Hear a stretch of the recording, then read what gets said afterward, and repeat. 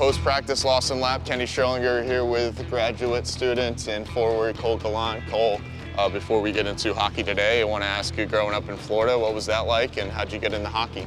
It was a good experience growing up in Florida, kind of playing on a couple good teams there, but the way I got into it was that my parents are from Canada and I was born there as well, but I moved there when I was 8 months old, and so I had to grow up in Florida playing, and we had some good teams, and it's just kind of my parents growing up in Canada were the reason I got into hockey as well. So, what was a guy that you looked up to in the NHL growing up?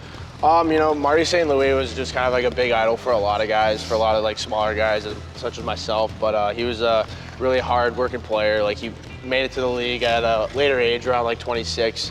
But he was a big idol for everyone growing up because of how small he was and how effective he was in the game as well. You've been here for a while, more than a few years. You've played with a lot of good teams, a lot of good runs. You guys are on a great run right now. What has made you guys so successful on the ice? Yeah, I've played on a lot of good teams here. My freshman and sophomore year, we had some really solid teams as well. COVID cut one of the years short, but we had a really core group. Our junior year, we had a big freshman class. It was like 15 guys. So we had a really good core group that came back for the senior year last year, and I think that's why we had a lot of our success. And then we had some guys come back as well this year. And we've been really successful this year just because of how close of a group that we have off the ice as well. And I think that's a lot of where our success comes from. Omaha again this weekend. They gave you some trouble when you played them out in Nebraska. So what's going to be the key success this weekend? We're just going to have to play hard.